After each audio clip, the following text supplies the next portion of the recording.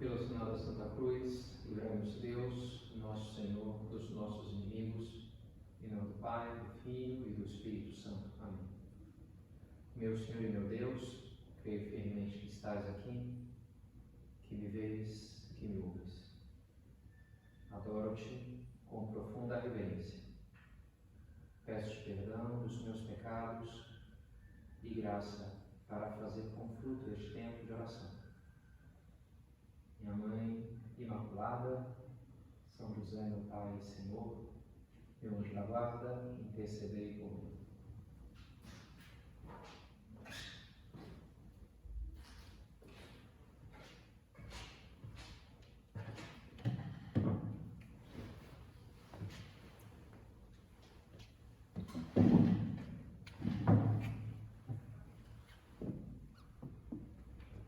Depois de 3 dias, o encontraram no templo, sentado entre os mestres, ouvindo-os e fazendo-lhes perguntas.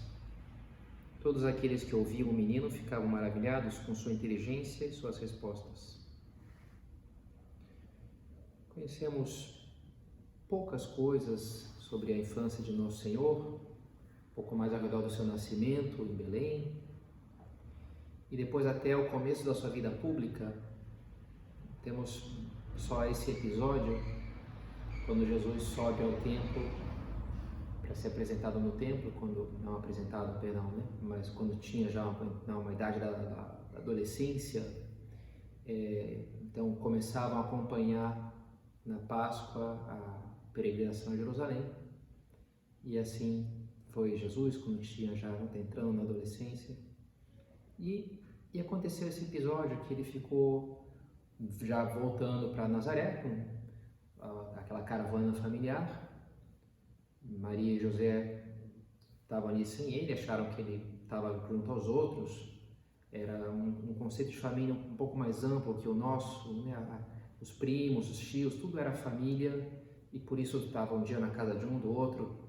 Estava tudo dentro da família, digamos assim. Então, Maria e José não se preocuparam por não estar aquele dia inteiro com Jesus voltando para Nazaré, porque, bem, estaria ali na casa da tia fulana, ou com o pessoal, com o outro grupo ali, voltando, né? Mas depois de um dia, foram ver à noite e não encontraram. Depois de um dia inteiro de caminhada, e se deram conta que não estava em lugar nenhum. Aí sim, no outro dia voltam então para Jerusalém e vão encontrá-lo só, portanto, no 3º dia, no templo de Jerusalém, onde havia um lugar ali que as pessoas se reuniam e discutiam a lei de Moisés, a Bíblia, né? E discutiam questões de moral, questões da existência de como é que era Deus, e dos preceitos e da história da salvação. E ali estava Jesus, conversando com grandes sábios e deixando-os admirados com as suas. E algo interessante, né? Porque Jesus, ele, por um lado, tem respostas, a gente pode pensar, impressionantes, teria, né? A inteligência ali na maneira de falar. Então, era algo assim, digamos, surpreendente ou fora do normal. Mas, por outro lado, é algo muito normal que uma criança, adolescente, 12, 13 anos, boa parte do seu tempo na sociedade hoje é gasta conversando, ouvindo professores, aprendendo, absorvendo conhecimento.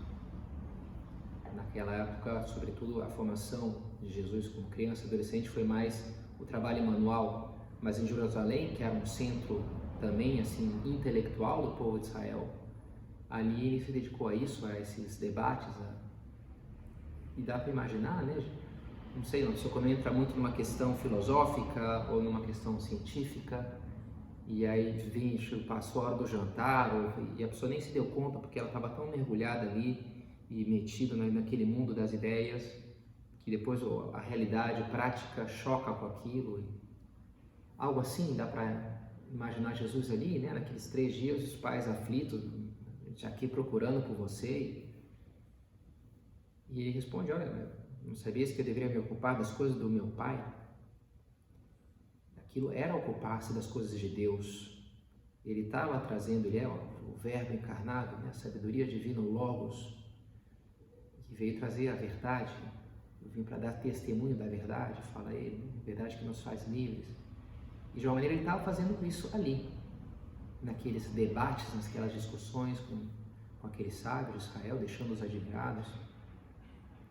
E termina o relato dizendo que então voltou com seus pais para Nazaré e crescia em força e sabedoria. Interessante, né? Como também os jovens hoje, as crianças, adolescentes, são chamados a isso, a esse período de crescimento. Não está ainda, talvez, preparado para exercer uma profissão de relevo, uma ocupação, mas ele está crescendo, para daqui a pouco estar preparado. E não só crescendo fisicamente, que dá um alimento ali, a pessoa já cresce, né? Mas também crescendo em força e em sabedoria, intelectualmente. Essa grande tarefa. E que depois Jesus, né, como não pensar, por exemplo, no Sermão na Montanha, vendo as multidões, Jesus subiu a montanha, sentou-se, os discípulos aproximaram-se e, abrindo a sua boca, ele começou a ensinar. Todos ficavam suspensos das suas palavras. Ali agora, ele é o grande sábio, ele é que todo mundo está ouvindo, como aqueles mestres no templo, vários anos antes estavam ouvindo ele, agora são multidões que param para escutar. Jesus se torna um rabi, que é um professor, um mestre. E é bom pensar nessas coisas porque essas nossas meditações, em concreto esse recolhimento do mês de maio, sobretudo se dirige isso, né, a estudantes, pessoas cuja principal ocupação são os estudos. E é bom pensar como Jesus também, de alguma maneira, estudou, cresceu em sabedoria e deu aula, digamos assim, né, e ensinou, era um mestre, um professor. Isso nos ajuda, ele estava realizando a obra de Deus, estava se ocupando das coisas do Pai, e nos ajuda a pensar como a nossa função do estudo, que é o nosso tema de hoje, essa ocupação de aquele que estuda, é também algo relevante sobrenaturalmente, tem um papel importante no nosso caminho espiritual, e é sobretudo, e algo muito assim, Opus Dei, essa mensagem, né? Falamos na meditação anterior do recolhimento sobre o anseio da santidade, a busca da santidade, que São José Maria com tanta veemência pregou desde que Deus lhe pediu isso, né? Mas os começos do Opus Dei foi muito assim, entre estudantes, eram sobretudo, esperar passar um pouquinho os ruídos, né? Sobretudo eram estudantes que falavam com São José Maria, e ele, sobretudo, lhes fazia entender a importância do estudo, o valor sobrenatural do estudo. Então nos ajuda também, hoje, sei lá, mesmo que, não sei, já estou aqui me formando nesse curso universitário, ou estou terminando, não pretendo estudar mais, mas de uma maneira sempre a gente vai ter que, e sempre é oportuno formar-se, estudar, aprender. E isso tem um valor sobrenatural, pode ter, está chamado a ter. São José Maria, com seus primeiros anos de pregação, era sobretudo para estudantes, e desses primeiros anos brotou essa sua principal obra, que é Caminho, esse livro, e lá ele tem um capítulo só sobre o estudo, porque era o que brotava da sua pregação, ele falava muito disso, né? E ajuda a gente a pegar algumas ideias ali. Em concreto, pensei em pegar 3 pensamentos para nos servir um pouco de pauta para a nossa reflexão. Um deles diz assim: para um apóstolo moderno, 1 hora de estudo é 1 hora de oração. 1 hora de estudo, 1 hora de oração. E é uma frase forte, assim, uma frase interessante, né? É assim mesmo? Será que é isso mesmo? Será que dá para dizer? Como assim, né? 1 hora de estudo e 1 hora de oração. Olha, já Santa Catarina Sena diz que além dos momentos dedicados exclusivamente à oração, tudo aquilo que fizer para o bem do próximo, ou qualquer outro exercício de caridade que praticar com boa vontade, pode chamar-se de oração. Quando eu faço para o bem, quando eu pratico algo de boa vontade, Santo Agostinho tentando explicar como realizar o preceito evangélico do rezar sempre, sem deixar de fazer, e ele fala, mas se rezar significa pôr as mãos para o alto, ou pôr as mãos juntas, ou ficar ajoelhado, é impossível, uma hora tem que dormir, uma hora. Agora, se rezar significa o desejo do coração, estar buscando a Deus, e eu posso, isso sim pode estar em tudo aquilo que eu faço, eu posso estar buscando a Deus também no descanso, também na comida, também na convivência com as pessoas. Aí sim, tudo que eu faço se torna oração, pelo desejo do coração. Também São Tomás de Aquino vai elaborar teologicamente essa ideia, dizendo bem, quando a intenção que está de trás de uma ação, também ela, de alguma maneira, configura o total daquela ação. Então, se eu faço algo por amor estou trabalhando aqui, mas por amor à minha esposa e aos meus filhos, de alguma maneira, aquele amor está presente, mas que eu não esteja pensando o tempo inteiro neles na hora que eu estou realizando aquele trabalho. Mas eu estou aquilo é amor à minha família, ou à minha pátria, ou ao que for, né? Porque a intenção está ali, é por isso, por eles. Né? Então, é possível sim transformar, fazer o meu estudo para a glória de Deus. Se eu faço, aquilo se torna oração. Se eu tenho presente essa intenção, uma hora de estudo é uma hora de oração. Agora, como é que é isso, assim, sendo um pouco mais práticos? Basta uma espécie de declaração, assim, bem, então vou fazer por amor a Deus, meu estudo a partir de hoje e pronto, então sempre a partir de agora. Bem, não é bem assim também, né? Não basta, como não é bem assim só eu me ajoelhar aqui já estou rezando, não, eu tenho que dirigir a minha alma para que eu tenho que entrar naquilo, tenho que de fato canalizar as minhas potências. E para que o meu estudo seja oração, seja algo feito por amor a Deus, tem também uma maneira de estudar, uma maneira concreta, que significa fazer bem feito, porque para Deus tem que ser o melhor. Como Caim e Abel, Caim oferecia para Deus o que sobrava ali, os frutos meio podres, e Abel oferecia o melhor dos seus cordeiros, e Deus rejeitava os sacrifícios de Caim e aceitava os de Abel.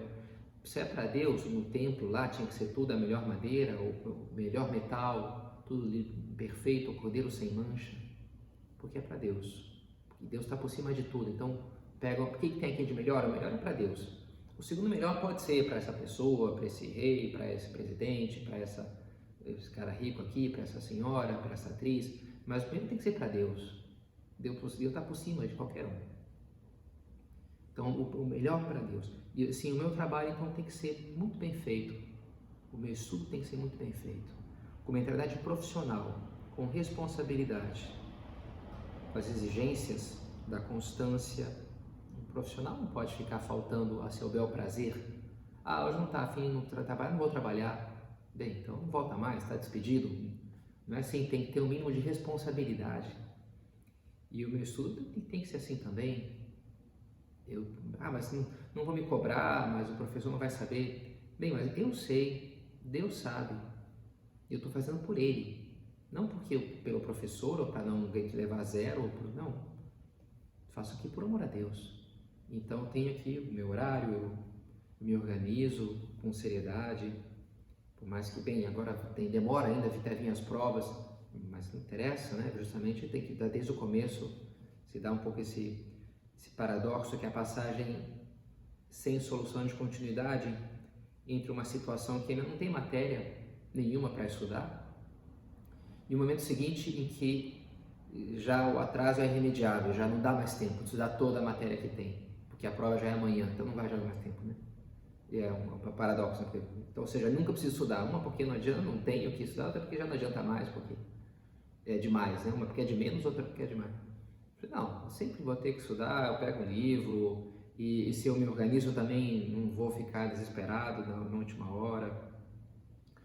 Pontualidade, horário, número de horas de estudo que é razoável. Olha, um trabalhador no Brasil está previsto isso 8 horas por dia, em geral se faz mais, né?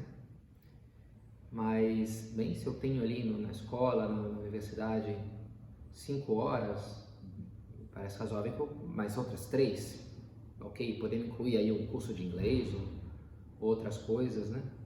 Mas é normal, umas 8 horas parece um tempo razoável, né? E de trabalho por dia, ninguém morre por dedicar-se 8 horas a uma ocupação profissional e, portanto, também ao estudo. Intensidade, rendimento, diligência, atenção nas aulas, concentração no estudo pessoal, capacidade de foco, sem interrupções. Acho interessante essa técnica do Pomodoro, dos 25 minutos, né? O Pomodoro que é 25 minutos de uma dedicação contínua e ininterrupta a algo. Não paro para ver o celular, não paro para ir no banheiro, beber um copo d'água, 25 minutos eu aguento. Deu 25 minutos, ok. Aí 5 minutos de intervalo, eu vou para lá, senão eu quebro o Pomodoro. Se eu resolvo parar, aí não, quebrei o Pomodoro, já não valeu. Aí eu começo um novo Pomodoro, 25 minutos. Porque tem que ser 25 minutos de atenção total. E aí eu ponho minhas metas. Olha, minha meta agora de à tarde é fazer 8 Pomodoros. Então 25, beleza, um já foi, 2, 3, tem aplicativos, é interessante. Um estudante de doutorado em engenharia elétrica, ele tinha, né, ele tinha que se exigir o estudo, então ele punha sua meta de Pomodoros por dia, ele que me apresentou essa técnica. E se ele vencia a meta de Pomodoros, ele ganhava no final do dia um Ferrero Rocher, um bombonzinho ali gostoso que ele curtia, né? Então, hoje eu cumpri, hoje não cumpri os Pomodoros porque me compliquei, porque tive que fazer também paciência. Mas hoje sim, interessante, né? Essa maneira de se auto-exigir, de se puxar com excelência, sem marretagem, sem jeitinhos, as coisas bem acabadas, indo até o final. E aí sim eu vou poder então oferecer aquilo para Deus. Como? Bem, talvez pondo um crucifixo na minha escrivaninha, uma imagem de Nossa Senhora. No começo, eu me sento ali para fazer aquela lista de exercícios.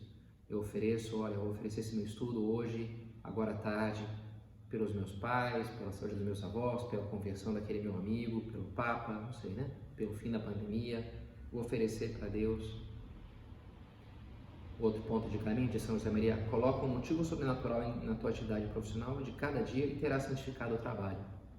Santifica o trabalho, santifica o estudo, pondo um motivo sobrenatural. Senhor, ofereço isso aqui, o esforço que eu vou fazer, que pretendo fazer por tal pessoa, para que tu concedas muitas graças a essa intenção minha que eu carrego no coração. Algumas pessoas fazem o sinal da cruz quando começam a estudar, né?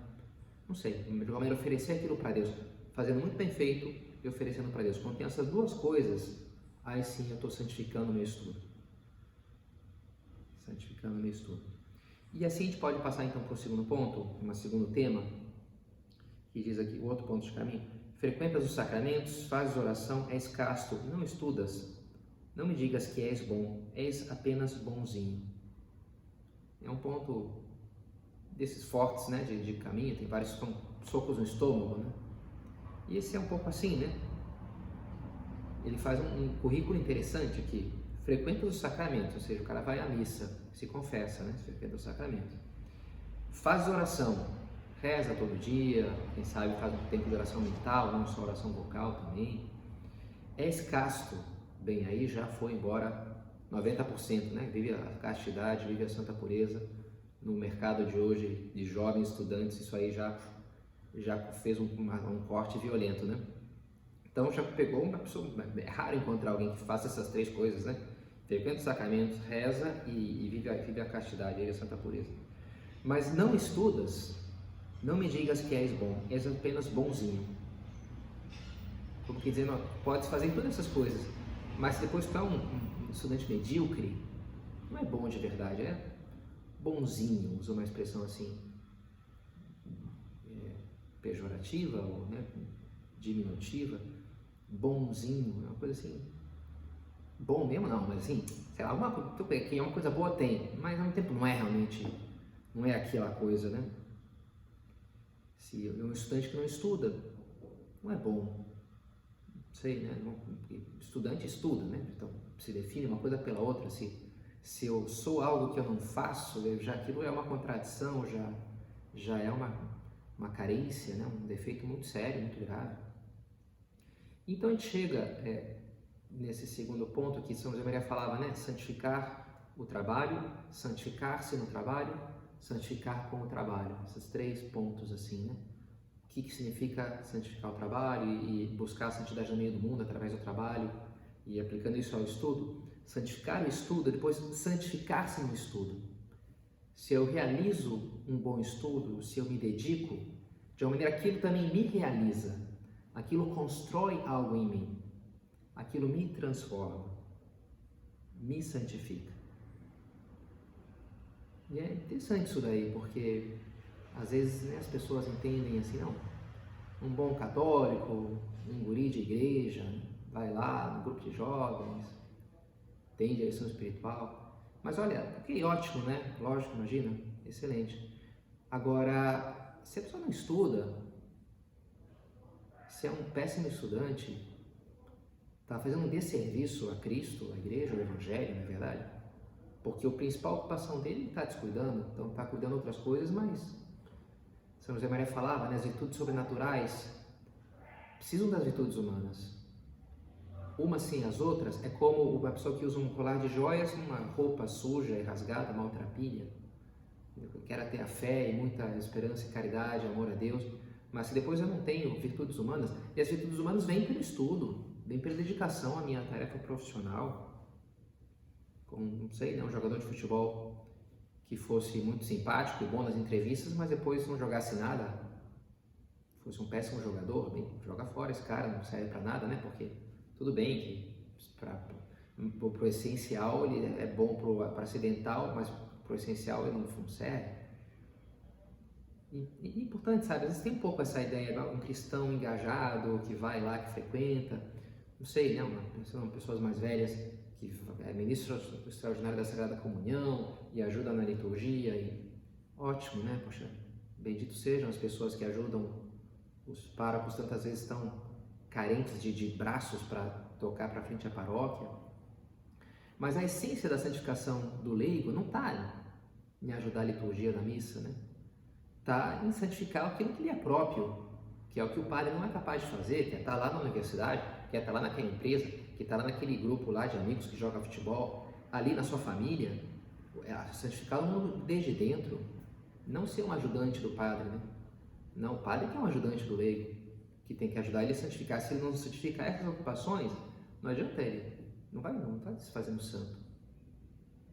E aplicando isso aos estudantes, não dá para dizer que é um bom rapaz porque ele vai na missa, ótimo, né? Tem que ir mesmo. Mas depois ele não estuda, não é bom, é bonzinho, como dizia São José Maria. Ele falava muito disso, né? Ao acompanhar os rapazes, não esqueçais que os piores não são os maus, mas os bonzinhos, nécios, que não se dão conta do mal que fazem, porque não estudam, porque não têm prestígio, porque... E assim não tem virtudes, né? Não tem virtudes. As virtudes vêm com esforço, esse crescer em sabedoria e força, a diligência, a rigidez, a ordem, a justiça, a constância. A gente fala que o trabalho dignifica o homem, e é verdade. O estudo nos transforma, não só, se a gente oferece a Deus, não só nos dignifica, como nos santifica. Então é importante, né, que a gente tenha presente isso e veja a transcendência de um estudo bem feito.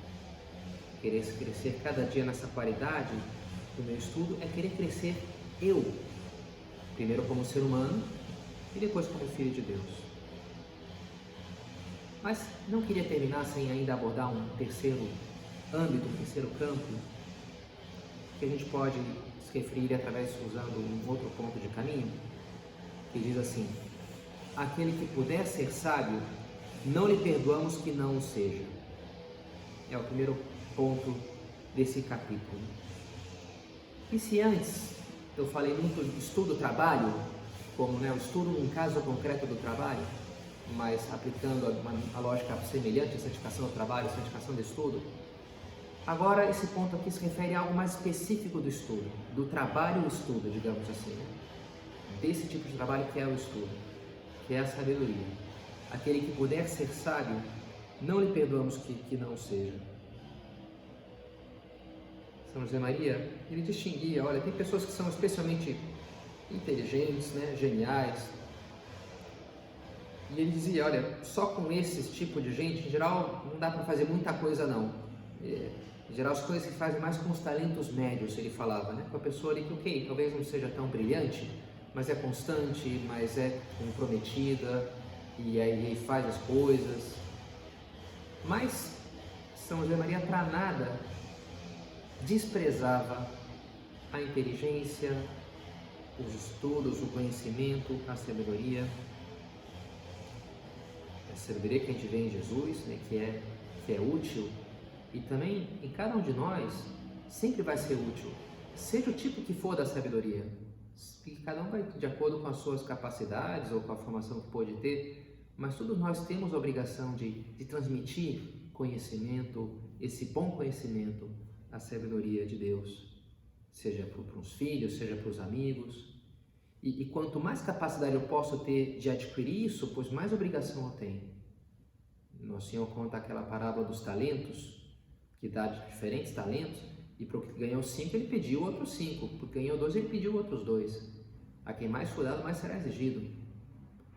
Então, não sei, um rapaz que tem, uma guria que tem ocasião de fazer estudos superiores, de estudar num bom colégio, é importante que tenha esse certo peso da responsabilidade que aquilo supõe. Bem, eu sou uma pessoa privilegiada, quem sabe, né? Pela faculdade onde eu estudo, pelos livros que eu tenho acesso. E isso vai me ser cobrado contas por Deus, né? Deus vai me pedir contas disso. O que eu fiz, como é que eu aproveitei, porque eu tinha que estudar aquilo e render, e a partir daquilo, então, vou crescer, vou melhorar a situação do mundo à minha volta. Custo e esforço, mas é algo ao mesmo tempo maravilhoso. Aquele que puder ser sábio, não lhe perdoamos que não seja. Então, que a gente pense, né, como a gente está chamado, cada um de maneiras diferentes, profundidades diferentes, a aprofundar realmente nos estudos, a entender melhor as coisas, a ir às causas das situações do nosso campo profissional, do nosso campo de estudo, porque assim como a gente vai poder ajudar plenamente, né, mais plenamente, a sociedade, a nossa família, a igreja. São José Maria falava, né, como o prestígio profissional que uma pessoa boa está chamada a ter, uma pessoa com bons valores cristãos deve ter, esse prestígio que vai depois ser a sua marca no mundo. Estou inserido no mundo porque eu sou psicólogo, engenheiro, médico, artista, e a qualidade do meu trabalho transmite também essa qualidade minha, daquilo que eu sou, e dos meus valores que construíram aquilo que eu sou, transmite, portanto, o próprio valor do cristianismo, da minha fé, da presença de Deus na vida, dos sacramentos. E por isso São José Maria completava, né, os 3 pontos: santificar o trabalho, santificar-se no trabalho, santificar com o trabalho. Como também esse trabalho, esse estudo bem feito, não só me santifica, mas santifica as pessoas, pode santificar as pessoas à minha volta, pode influenciar positivamente o mundo, pelas minhas ideias, pela força com que eu defendo as soluções que me parecem mais oportunas, com que eu defendo a solidariedade e a justiça social e a preocupação pelo próximo, e uma maneira às vezes mais eficiente de distribuir os recursos, de ajudar as pessoas necessitadas, ou mesmo de defender a minha fé diante de um ambiente universitário avesso aos valores cristãos, porque eu sou um bom aluno, a minha voz tem peso, porque eu sou uma pessoa séria, não sou aquele cara ali que não está nem aí para nada, né? Santificar com o estudo. O estudante católico, o estudante cristão tem essa obrigação também de usar essa sabedoria que ele pode adquirir para contaminar os seus valores, a sua alegria, a sua fé, a sua esperança sobrenatural a muitas pessoas. Foi a segunda leitura há pouco tempo atrás, no domingo. Estais sempre dispostos a dar a razão da vossa esperança a todo aquele que vos pedir.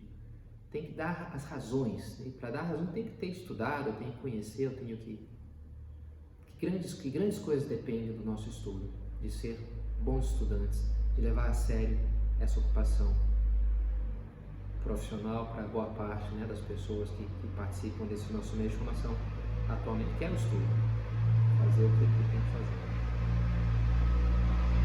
Já contei alguma vez, quando eu estava lá na Espanha, e era leigo ainda, estava estudando teologia, mas eu acompanhava ali uma residência de estudantes, moravam 90 alunos naquela residência, um colégio maior, uma instituição que tem lá na Espanha, como tem na Inglaterra também os colleges, onde moram ali estudantes. O colégio maior está unido a uma universidade, no caso a Universidade de Navarra, E se aproximavam as provas, ele estava no almoço com um daqueles rapazes, e um era na Andaluzia, do sul da Espanha, e aí ele foi aproveitar um feriado, ia voltar lá para o povoadozinho dele lá na Andaluzia, e ele falou, bem, vou aproveitar, vou lá na nossa padroeira, na Nossa Senhora lá, cada cidade na Espanha tem uma imagem de Nossa Senhora que é a padroeira própria, assim, e vou lá rezar pelas provas, ele falou, né? Que estão vindo aí as provas, né, trimestrais, né? E alguém lhe comentou, ótimo, né, reza aí. Agora também tem aqui a ermida, lá tem uma ermida muito bonita, com uma imagem de Nossa Senhora em mármore branco, tamanho família, sede sapiência, sede da sabedoria. Alguns estudantes sempre quando entram na universidade passam ali, fazem uma vênia, cumprimentam aquela imagem piedosa, bonita. E a ermida, e aqui, ó, também pode ir ali na ermida rezar, né, para Nossa Senhora pelas provas. E aquele estudante comentou, toda a Universidade de Navarra é uma obra corporativa do Opus Dei, então tem ali o espírito do Opus Dei, de fazer as coisas bem feitas, do estudo. E os andaluzes têm uma certa fama na Espanha de ser gente um pouco mais malandrinha, né? Se dá para passar sem estudar melhor, se tem um esquema aqui especial que eu não preciso trabalhar, ótimo, né? Um pouco assim, é um pouco essa fama dos andaluzes, né?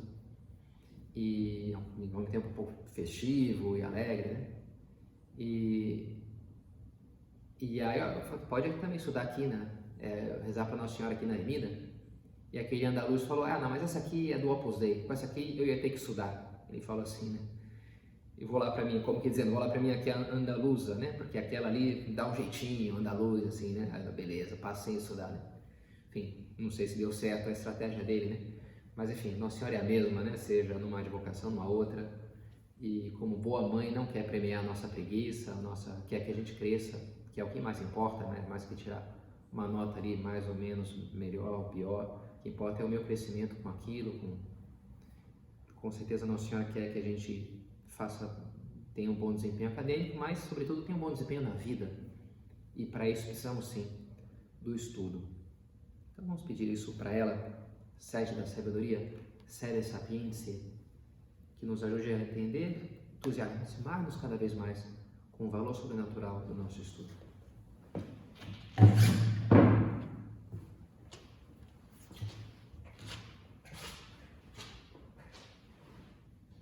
Dou-te graças, meu Deus, pelos bons propósitos, afetos e inspirações que me comunicaste nessa meditação. Peço-te ajuda para os pôr em prática.